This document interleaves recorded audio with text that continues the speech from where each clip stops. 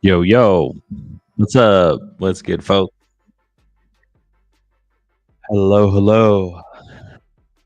Drop a comment in the chat. Let me know y'all are in here. That's good. How's everyone living?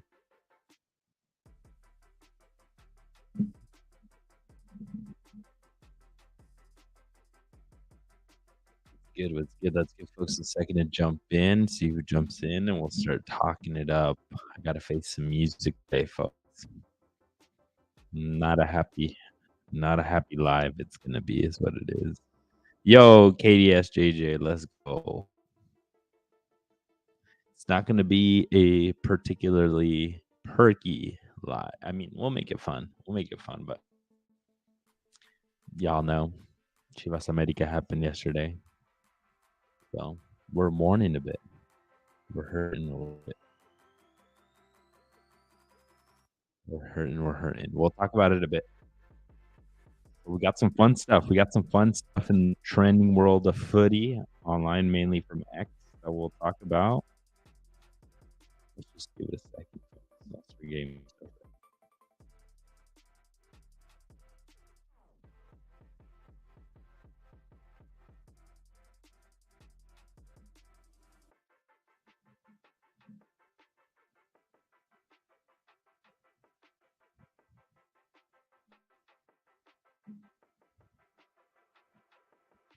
Lit. Let's start sharing. All right.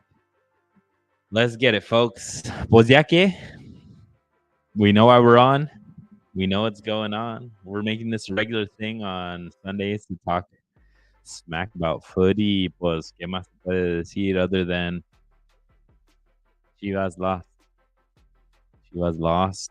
My Chivas lost 1-0 versus America. I could just give a one-liner and just talk a little bit of smack. It was a bullshit goal. It was. I mean, le fue bien al America. They got a good rebound. They got the one goal. They didn't have much else other than the last play, the Brian Rodriguez, which we'll talk about in a bit. But I mean, same old story. The Chivas, man, llegan y llegan y llegan, and they don't have la contundencia, the ability to just finish in the box, get a goal, get ahead, make your lives easy. It's never easy for Chivas. And yeah, Chivas finishing was horrendous. I think that's a huge theme of this entire thing. There's no way that Chivas, as big as they're supposed to be, should be missing the opportunities that they are, and then also not producing the opportunities that they are. I think there's a bit of it that you can get away with being La Hormiga, being a 20-year-old, 21-year-old kid, de la cantera, that you're barely getting into some of these big moments. But at the end of the day, 21-year-old La Hormiga. But at the end of the day, you make the big money, you make the big bucks being at Chivas. You are expected to be grande like this institution is, and the players aren't showing up. You could talk about how pretty they play. You could talk about how, I mean, even jokingly here, el mejor Chivas de estos últimos años. We'll talk about that in a second. But like you could, they just beat Juarez 5-0. A lot of people were feeling saucy online, talking about how, oh, they're so good, and they even I thought they had a good chance against America because America was in a very bad moment, pretty thin compared to the full squad that they could have. And then Chivas, I mean, they were missing a couple of players. If we want to just get right into it, I mean, from a Chivas perspective, Cade Cowell was a late scratch, right? Everyone thought he was supposed to start, and then he wasn't even suited up, and le tocó desde la tribuna. He wasn't even on the bench. Couldn't even get a minute. So Gago went in with Pavel Perez on the right instead of Cade Cowell, and Pavel Perez once again Sachiko. He didn't do anything. I didn't see much from him. That whole right hand side was not great. Alan Mosso did not look that great, and honestly, that last play that Brian Rodriguez was completely his fault that he just gave up or didn't give 100% and it ended up in a counterattack. So I think that was one big one that slipped by a lot of people, and not seeing that lack of effort from Alan Mosso. But Cade Cowell definitely on a side was needed. Who knows if that would have been a difference?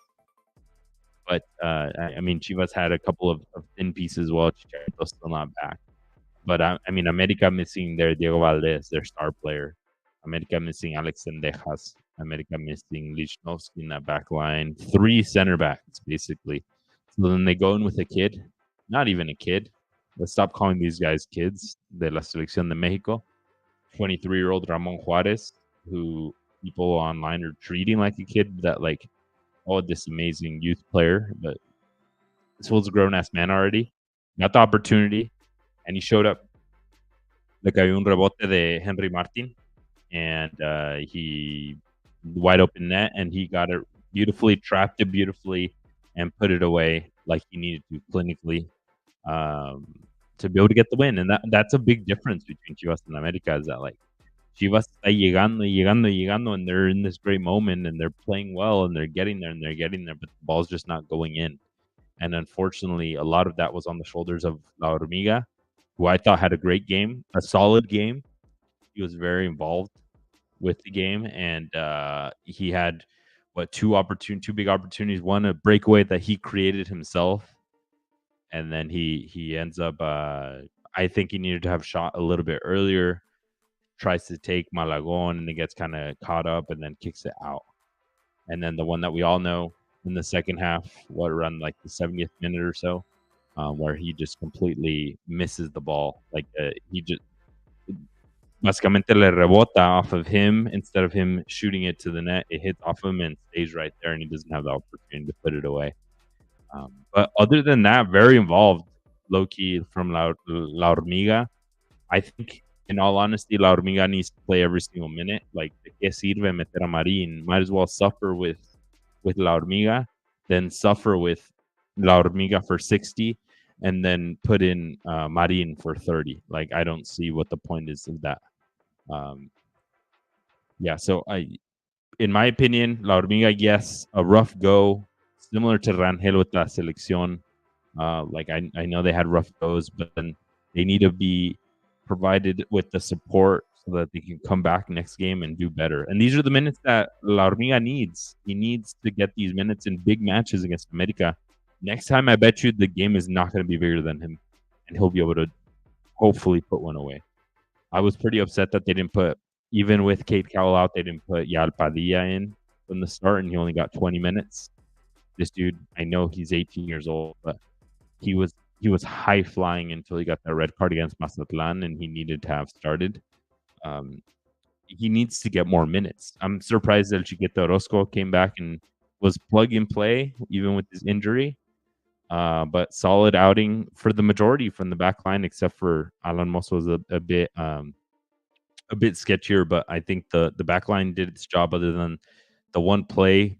Briseño is generally like stuck always to Henry Martin, but not on that one play. That one play, Henry Martin is able to get a bit of a separation.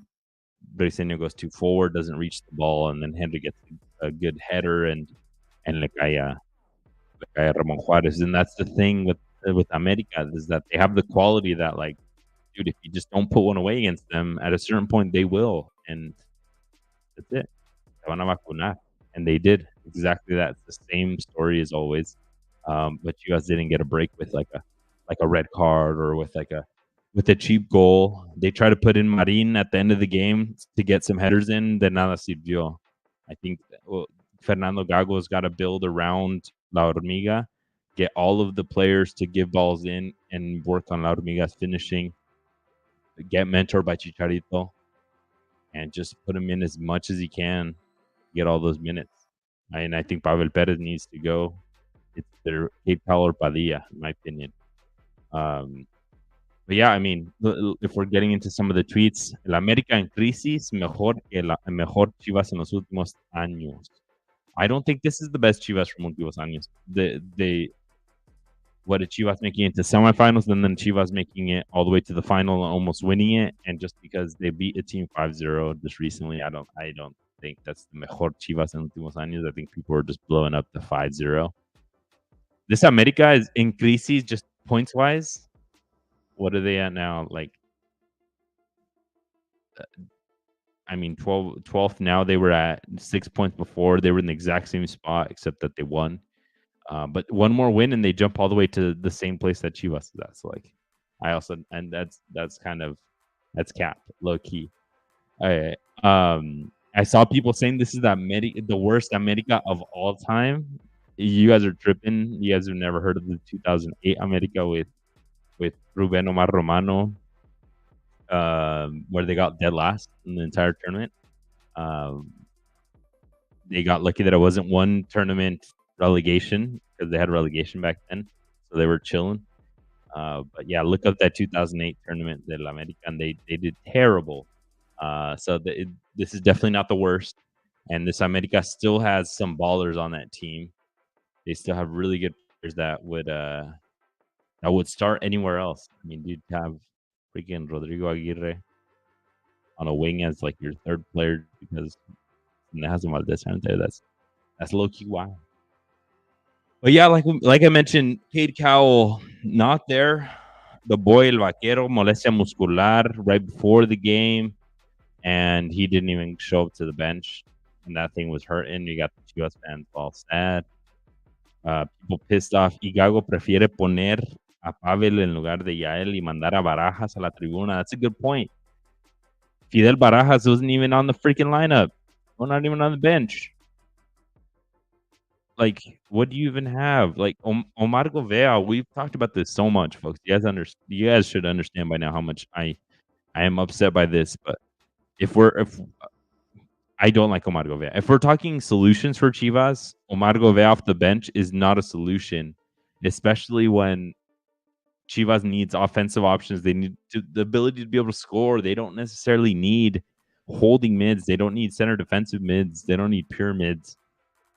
And what point is there to have Omar Govea if El Oso Gonzalez, 30-year-old El Oso Gonzalez, looks like a full soccer player from the 80s, is starting over you? What's the point?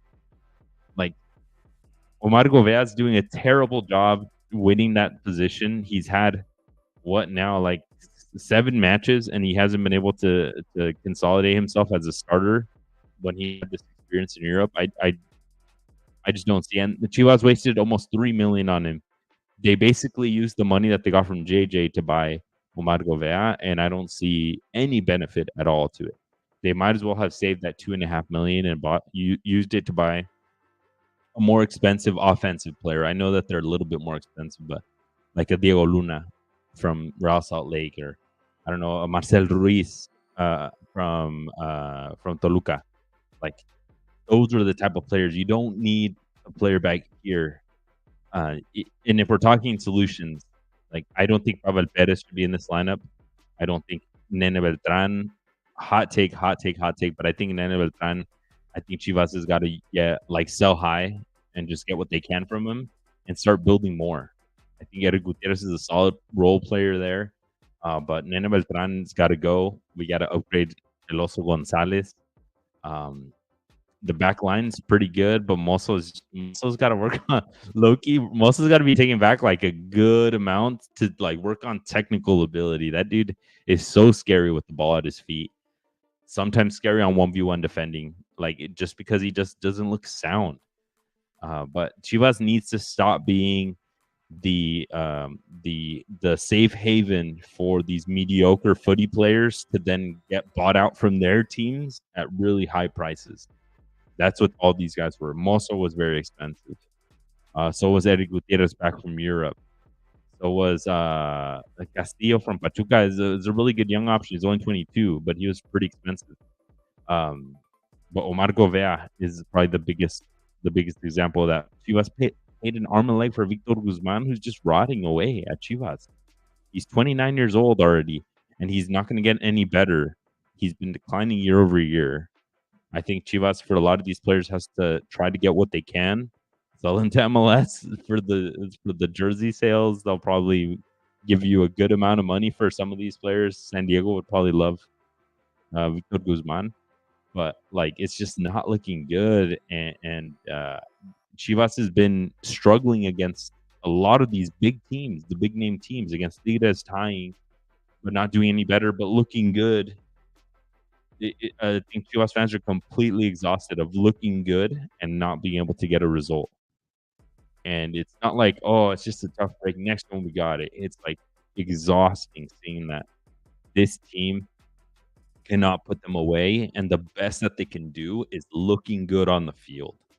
And a lot of these players are that example of looking good. Pavel Perez, Nene Beltran, Oso Gonzalez, Alan Mozo look pretty, give a good ball, but like not a great ball that'll give you a goal. And unfortunately, who's tied up in all of that is a kid, a 22-year-old kid, that the 21-year-old kid that's missing the opportunities that he has in front of goal. But like I said, in my opinion, build around La Hormiga, let him have these mistakes, and he'll very soon start scoring in bunches. But there's a lot of mediocrity on this team, and that's the tough thing. I mean, kudos to America for getting that goal, and I think that I don't know, for some reason I think FootMob scores are a bit whack just because they won the game. Chivas doesn't have a single player over 7 except for Castillo, and America has basically every single player except for Rodrigo Aguirre.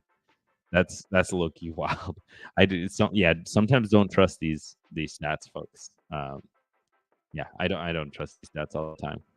But a whole bunch of things on the Twitters. People making fun of how bougie and how cushy of lives all these Chivas players have, even though they suck. Antonella celebrando sus cumpleaños, nice and humble, apparently, what Spurs is trying to say, with some princesses and some nice flowers, who they have all the money in the world to do whatever, celebrate whatever they want. But then they said, la que sale con el futbolista sub-20 de las Chivas, Versace. I think the Versace gear and everything has been a meme about Uriel Antuna, because him and his wife were like Gucci, Versace to everything. But we're just like, dude, in any other country in Europe, you would not be getting paid the amount that you are, based off of your quality of play. So that's just hilarious. I think, this is what I was mentioning earlier. Peor América de la historia le volvió a ganar las Chivas. Look up, folks. This 2008 Clausura Liga MX. In this Clausura, America got dead last. Dead last. 3 wins in the 17 matches. Negative 15 goal differential. Let me know in the chat what y'all think. Am I just hating? Am I just being salty right now? Cuando las Chivas estaban buenas, güey. Chivas got first. America got dead last, if that ever tells you anything. Omar Bravo and Sergio Santana were scoring in bunches. Lo que se extraña, ¿no? What Chivas needs at this moment, that impetu, that ability to score on demand. Well, they'll get it with La Hormiga, but they just need to surround him with quality. But yeah, if your boys start telling you, no, this America, they were saucy. They've never been that bad. Nope. They are not one of the few teams that have never been dead last. They were dead last with some great coaches and great players too. What else we got? Chicote diciéndole a los aficionados de Chivas que son muy chillones. Oh, look at that. Y que Club América es el número 1. Let's talk about this a little bit. El Chicote has never been, I never describe him in any way, shape, or form as loyal. Right? He was at Atlas before. Let's look him up real quick. He was at Atlas before, and this dude came off the bench and played 21 minutes and got a yellow and is doing this. Atlas did the typical thing when you don't do great at a team, you go to Necaxa in Liga MX. Then went to Chivas, did good. Did very good at Chivas, had his famous chicotazos. And then he did the unspeakable, which a lot of people hate, right? Going from Chivas to America. A lot of people don't think it should even be allowed. But he did that, and at every step of the way, he's been a backstabber, I guess you would say, to his old clubs. When he went from Necaxa to Chivas, he would make fun of Atlas. And then with Chivas, he would kiss the escudo, and he was the one that seemed to be like que se ponía los pantalones against America, against any big team. And then he goes to America, and he does the same against Chivas now. First saying that, excuse me, saying that on Chillones, and then saying that America is number one, which is crazy. Like, I would like to see like a freaking like a podcast interview. I haven't wasted enough time on Chicote, but I would love to see an interview where Chicote talks about like, yo, your team you would like not disrespect after you wore their colors, because you've kissed el escudo de Atlas, el escudo de Chivas, el escudo de América. And here you even go back to talk to. I understand the heat of the moment, and you're probably getting yelled at the most because you switched the sides. But like, for him to come out and be like talking all the smack is low key wild. Low key wild. What else we got? We got Priska Awiti, the mixed martial artist, or known as judo, taekwondo, taekwondo. Is it judo? It judo. Yeah, the judo champion from the Olympics. She got She won a silver medal. I mean, the first Mexican athlete to win an Olympic medal in judo. She famously is an America fan. And here's with their partner, taking pictures with some of the players. Took a picture with Diego Valdez, and they're having a good time. And what? Why? Okay, so you get a picture with him, so that's good. But then your boy's not even freaking famous. El Tuti. Mejor día de tu vida, hermano.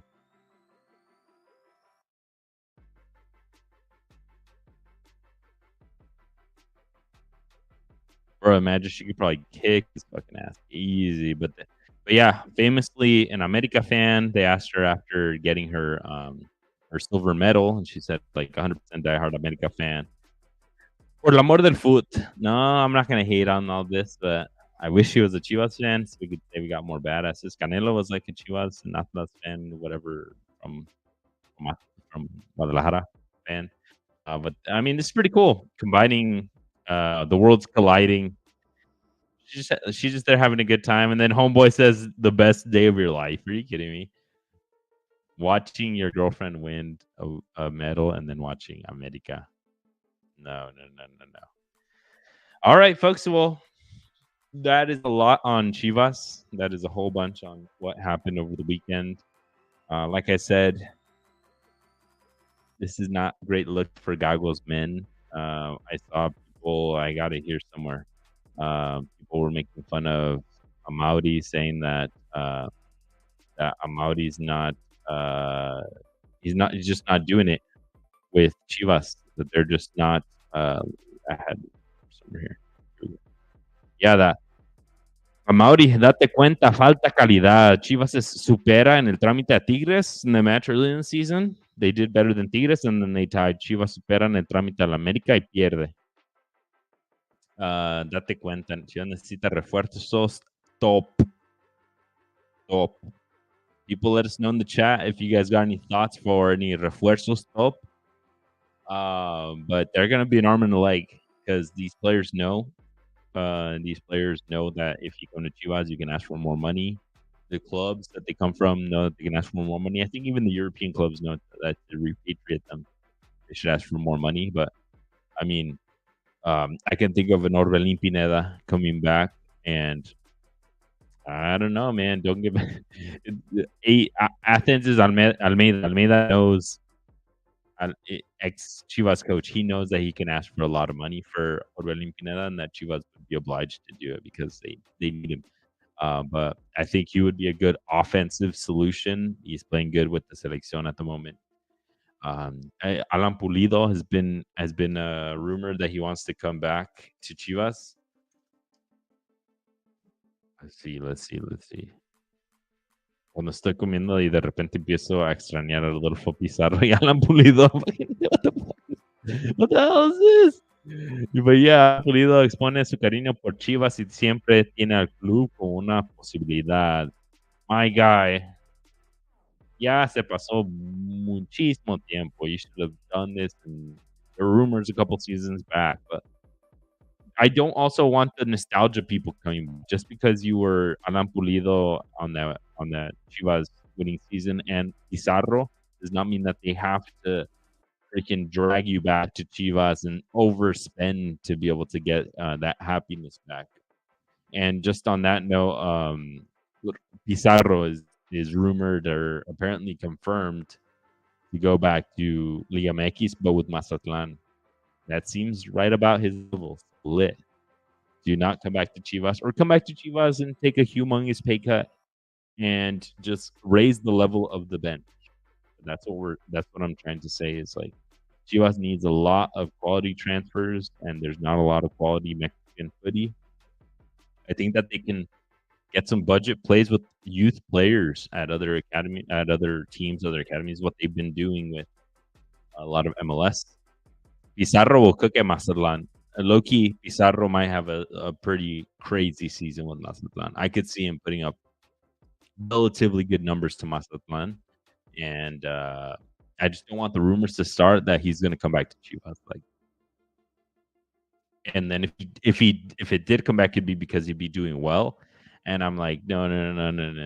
Maybe come back if you're doing well, but you take a pay cut. Like Chivas needs to stop overspending on mediocre. But yeah, folks, that's what it is for Chivas. This moment in time. But there's going to be a lot of changes that are needed, and Amaury is going to be at the front of that, where he's going to be asked for solutions. They're just not good enough right now. They're not good enough. You play pretty, but you're not good enough if you don't put that goal in the back of the net.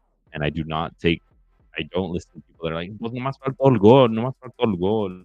Yeah, but you don't understand. I know they missed those opportunities, but Chivas was a mile away from that goal.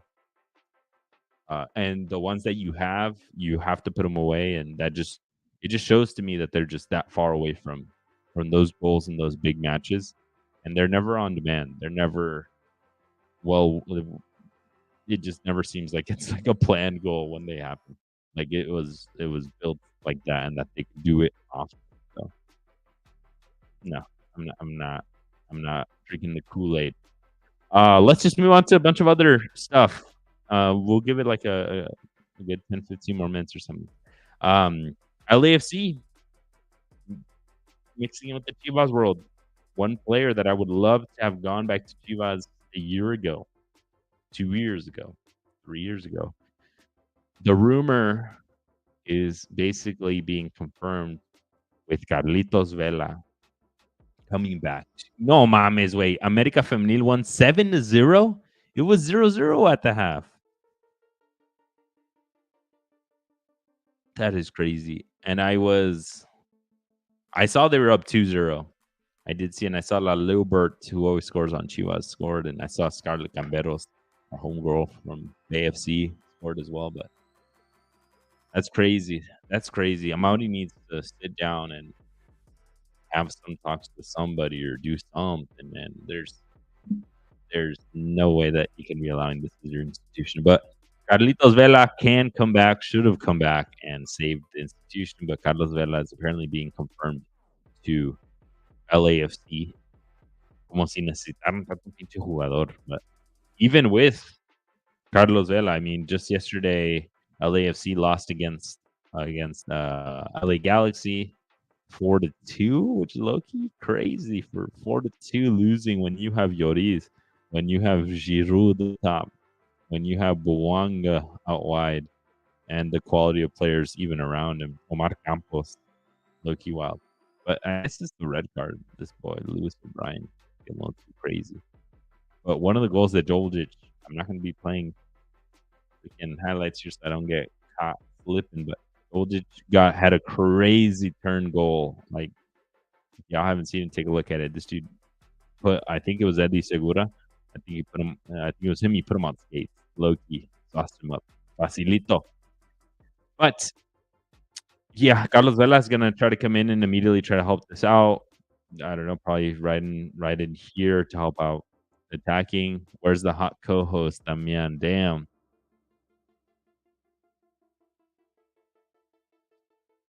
Damn, I guess that's not me. Right. I'm getting cooked in the comments. All right, folks. What else happened this weekend? My Gunners actually provided me a little bit of happiness.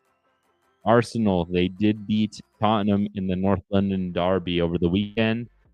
Just to start off with a nice little light note, but this little gunner right here going viral for uh picking little fights with some of the Tottenham, some of the Spurs kids. I thought this was hilarious. And then there was a picture of him with there was a picture of the little kid with Jorginho where Jorginho was just laughing his ass off at the little kid. But this is pretty crazy. Oh, there's no way. Is this okay. I thought we got clipped. Yeah, los chamacos, los mocosos, and your 49ers did lose. I mean, for all you 49er fans in the Bay Area, y'all got sauced up by Justin Jefferson and the Minnesota Vikings. Justin Jefferson on my fantasies is the only thing that's holding me up right now. I'm hurting. But this is that rivalry. This is that rivalry that brought me happiness this weekend. My Arsenal, they got the dub against Tottenham. Arsenal was very short-handed with regards beforehand. Declan Rice suspension, Martin Odegaard injured off of international duty, Merino injured, Palafiori as a backup even injured. Zinchenko, I don't even know how he got injured, but yeah, no, they got a good line. Thankfully, they got Timber back, Julian Timber, who was freaking having a monster game, and he even had some choice words for uh how the hell do you can spell Vicone? Vicario is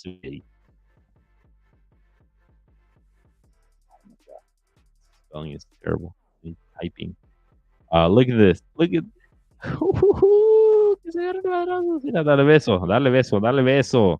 But no, yeah, the boy Timber come barely starting minutes with Arsenal and is already getting into these fights with Spurs players. This is what we want to see. Yeah, Timber had a great match. Gabriel got the goal off of a header in the box, which I'm super excited about because if you watch the play, he completely sauces up Christian Romero Guti. He gets away from him and is able to get a good header in the box. I was so happy, especially because he just completely torched El Cuti off of a corner, which is something it's tough to do on Raya. Raya game a player of the match on Foot Mob. I think deservedly he did really well. Had some really good saves on Solanke, on Son. I really liked his performance. And I think Arsenal, honestly, they did really well. But what did Saka come on with an injury? But I'm excited. I'm excited. We got the 3 points off of a thin week, and I'm hoping that they can get Calafiori back. They can get. I mean, they got to get Odegaard back, but that's going to be damn a couple weeks for Odegaard and like a month and a half for Medina. That's crazy. Yeah, it's gonna be a bit thin for Arsenal for a bit, folks. But Arsenal, they have had scored more goals from set pieces than any other team in the league. That's dope. The set piece. All right. What else we got? Oh, we have an animation. The Tottenham versus Arsenal animation. When Arsenal scored, you got that. What? I hope they had one ready for Tottenham in case Tottenham scored, but this is the Arsenal cannon smoking that chicken. Smoking the chicken, and then it says North London is red. It says that's pretty cool. I think this is mainly for US viewers. They're doing some crazy features for US viewers. but that's pretty sick. Look at this animation. And they made like a little chicken. It's all rostizado, like a rotisserie chicken. Low key, I think this like the NBC coverage. I think they're more Ars fans than I feel like they show a lot of love to them. What else do I got? Oh, outside of the footy world, I hope you guys saw some of the UFC yesterday. Horrible performance from Liverpool. Yep. I don't. The boy Romelu Lukaku. How the hell do you guys lose against Nottingham Forest and like that? I don't understand it. But I hope you guys watched the UFC yesterday. They were definitely pandering to Mexicans for being September 16th. I think this is like definitely their biggest September 16th event. Boxing always has it year over year, going all the way back to, I believe, the Julio Cesar Chavez days, maybe even before that. But that's when I started watching. And then I know they did Oscar de la Hoya matches on September 16th. I know after that, Cesar Chavez Jr. and then now Canelo. Canelo is the king of Mexican Independence Day fights. He fought, he won easy. And then the UFC at the Sphere was trying to do all of these matches at the Sphere, which is supposed to be the biggest event ever, and then it was at the same time as Mexican Independence Day, so they try to make that twist as well to get a lot of Mexican audience, take away business from Canelo, which is kind of tough to do. Yeah, those scenes were crazy at the Sphere. They look crazy, but I mean, it's a first test, right? Like, I think they were probably trying to figure things out. Like, that screen is humongous on the side that you watch if you're not like close enough, and they have some crazy high nosebleeds, which is wild to be in there. But a lot of Mexican fighters. The boy Lazy Boy was out there, and then Alexa Grosso was in the co-main event. I think it was co-main event, and she got her ass whooped pretty easily by Valentina Shevchenko. Who took away her championship. But the boy Lazy Boy was definitely the pride and joy of Mexico.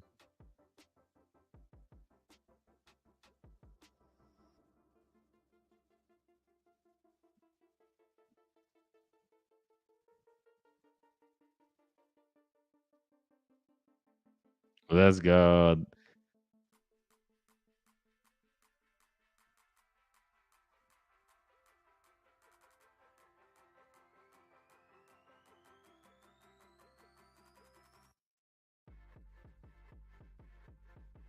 Let's go, Lazy Boy. This dude's freaking badass.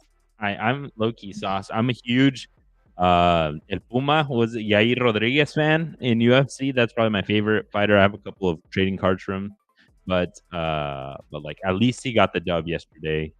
No, yeah, KDSJJ. I do agree. Mexicans performed horribly. Uh, you think the pressure got to them, but like Alexa Grosso, she got completely dominated. Like she just looked like completely outplayed. Like her opponent was just like 100% ready. They fought before, right, when Alexa won, but like it just looked completely one sided.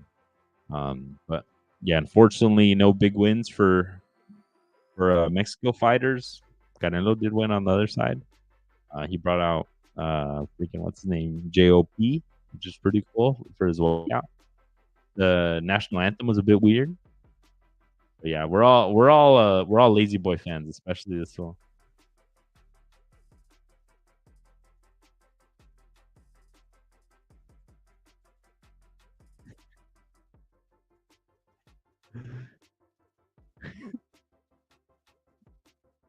This fool is just like us, man. Jesus. Oh my god, that shit's hilarious. This dude is funny as hell. That's a personality. We definitely need to have him on there. And just like what I was mentioning, UFC was definitely pandering to Mexicans with all of that. Just the last thing I'll leave you guys with, but so many teams putting uh making their posts about el grito de la independencia y que el día de la independencia de Mexico, and we love Mexicans and all these things, but they don't have a single freaking Mexican player in their ranks, which is crazy. The one that I wanted to call out here was Juventus. Like, who's even ever played for for Juventus that's Mexican? Just like sign a player. Don't make these posts. Sign a player. Same with like I've seen like every single team almost made one, and it's crazy. I know that you have bans from there, but like put your money where your mouth is. Sign a player. Sign a youth player. There's so many good ones in Mexico. Sign somebody. I saw Tottenham even did one, and I'm like, then sign Santi. Sign him. But I mean, Tottenham has had a Gio dos Santos famously, but same thing with the Sphere, folks. The Sphere, I think, was just it just happened to happen right in September, and it was a clash with business with Canelo and Dana White. Dana White doesn't give a shit about Mexicans, in all honesty. But Dana White figured I gotta have the support of the Mexican people for this to be successful. We'll see. I didn't see any numbers, but we'll see if those numbers rang true. If he got all the money that he needed, if he was able to recoup all the money from the. I think I saw interviews with Dana White where he said he was not even planning to recoup the money from it because it was going to cost so much to do the event there. How much technology is involved, everything. UFC outsold the Canelo fight at least at gate price. So we're talking numbers that went in. Is that what we're saying? Because like, I mean, that would make sense. There's more seating at the Sphere, right? Where was Canelo's at MGM Grand or whatever. But I mean, I think the big numbers got to be those pay-per-view numbers, right? Or is that what we're talking here? Pay-per-view. If he outsold them pay-per-view, ticket sales. Yeah. If we're talking pay-per-view, if he beat Canelo, that's where the crazy stuff. Especially, I mean, it's supposed to happen naturally, right? Especially with the decline of UFC, with the type of with the decline of boxing, the type of sport that everyone's moving towards, more the combat sports. It would make sense, but no, yeah. I love me some good fights. We were watching them yesterday, but unfortunately, need more Mexican wins out there. But I'll leave you guys with that, folks. A whole bunch of stuff happening in the footy world. I hope you guys had a blast here. Jump into our Discord if you guys haven't already. I just got my PS5 working again, so maybe I'll start streaming some FIFA, some EAFC along with Cesar here. We do EAFC content, especially with 25 coming soon. Follow us on all of our socials, go to our Discord and vibe with us. If you guys have tweets that you guys want me to cover ahead of next week, usually do this on Sunday. Shoot them off to me in Twitter. Shoot them off to us Goal-Sided on Twitter or in the Discord, and we'll bring it up and we'll talk on here. But we'll talk soon, folks. Peace.